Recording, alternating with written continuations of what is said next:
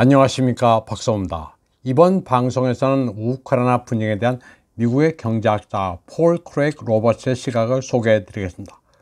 로버츠는 로널드 레이건 1기 행정부에서 경제정책을 이끈 인물입니다. 당시 미 재무부의 경제정책 차관보로 로널드 레이건의 경제적 양심이라는 찬사를 얻기도 했습니다. 그는 1월 20일 자신의 홈페이지에 우크라이나에서 진짜 전쟁이 일어날 것인가 라는 글을 게재했습니다. 그는 스스로 푸틴의 제한적 군사작전 비판론자라고 전제했습니다. 이미 시기적으로 8년이나 늦었고 제한된 목표는 비현실적이라고 말했습니다. 그러면서 푸틴은 미국이 사주한 쿠데타가 벌어지는 것을 본 순간 키예프를 점령해야 했다고 말합니다. 또 네오나치 민병대와 우크라이나 군대에 앞서 2014년 돈바스를 편입했어야 했다고 시작했습니다. 푸틴의 특수 군사작전이 너무 늦었다고 그는 평가했습니다. 그러면서 푸틴은 미국이 우크라이나 군대를 건설할 때까지 러시아를 저지하기 위한 지연 전술인 민스크 협정에 속았기 때문에 적시에 행동하지 못했다고 말했습니다. 그러면서 크렘린의 2022년 2월 개입 취지를 이해한다고 말했습니다. 그리고 푸틴이 우크라이나를 침공하지 않은 이유는 오랫동안 광범위한 통혼과 인구 혼합이 있었던 러시아 일부, 우크라이나에서의 광범위한 죽음과 파괴를 원하지 않았기 때문이라고 설명했습니다. 로버츠는 8년 동안 필요한 조치를 지연시킨 크렘린은 워싱턴과 나토가 개입하기 직전에 우크라이나 전체를 무력화시킬 압도적인 공격이 필요했다고 말합니다. 그러나 특수 군사작전은 분리된 돈바스 공화국에 국한됐고 민간인의 생명과 인프라를 보호하기 위해 천천히 진행됐으며 러시아 군대는 거의 관여하지 않았다고 평가했습니다. 전투는 돈바스 민병대와 러시아 육군의 보조 역할을 하는 민간 군사조직 바그너 그룹에 의해 수행됐다고 그는 지적했습니다.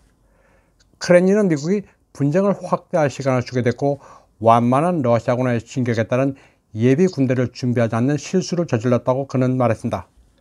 그래서 별 효과가 없는 우크라이나군의 반격을 가능하게 만들었다고 그는 진단했습니다. 그러다가 러시아군이 작전상 후퇴도 하게 됐는데 이게 마치 패배로 비춰지기도 했다고 말했습니다. 그래서 키예프 정권이 크리스마스까지 크림을 탈환하겠다느니 하는 어처구니 없는 생각을 하도록 만들게 됐다는 겁니다. 그래서 워싱턴과 나토는 그들의 이야기에 몰두해 자신들의 선전을 믿게 됐다고 로버츠는 말했습니다. 크리스마스까지 크림 반도를 점령하겠다는 넌센스 같은 헛꿈을 꾸게 만들었다고 지적했습니다. 워싱턴과 나토는 자신들의 이야기에 몰두하고 있으며 너무 거짓말을 한 나머지 스스로도 자신들의 선전을 믿고 있습니다. 그런데 마이크 휘트니 같은 지정학자는 서구의 프로파간다 이면을 살펴봤는데 무려 54만 명의 러시아군이 우크라이나를 노리고 있다는 사실을 발견했습니다. 우크라이나 주변과 벨라루시에 엄청난 양의 전차, 포병, 로켓, 미사일, 탄약을 갖춰놨다는 것을 알게 됐습니다. 로버츠는 이 같은 보고가 사실이라면 푸틴이 과거 실수로부터 교훈을 얻었다는 증거라고 평가했습니다. 그는 또 서구 세계에서 러시아 연구는 러소포비아로 변질돼 객관적으로 사안을 보는 전문가는 사실 없다고 말했습니다. 그래서 몇 안 되는 전문가는 이제 워싱턴과 나토가 예상하지 못했던 시상전을 치를 준비가 되어 있는지 궁금해하고 있다고 그는 말했습니다. 군사적 긴장이 고조돼 푸틴이 제한 전쟁을 포기하게 될 경우 우크라이나는 단번에 결판이 날 수도 있습니다. 그는 폴란드도 예비군 20만 명을 수집하면서 에스컬레이션에 대비하고 있다고 평가했습니다.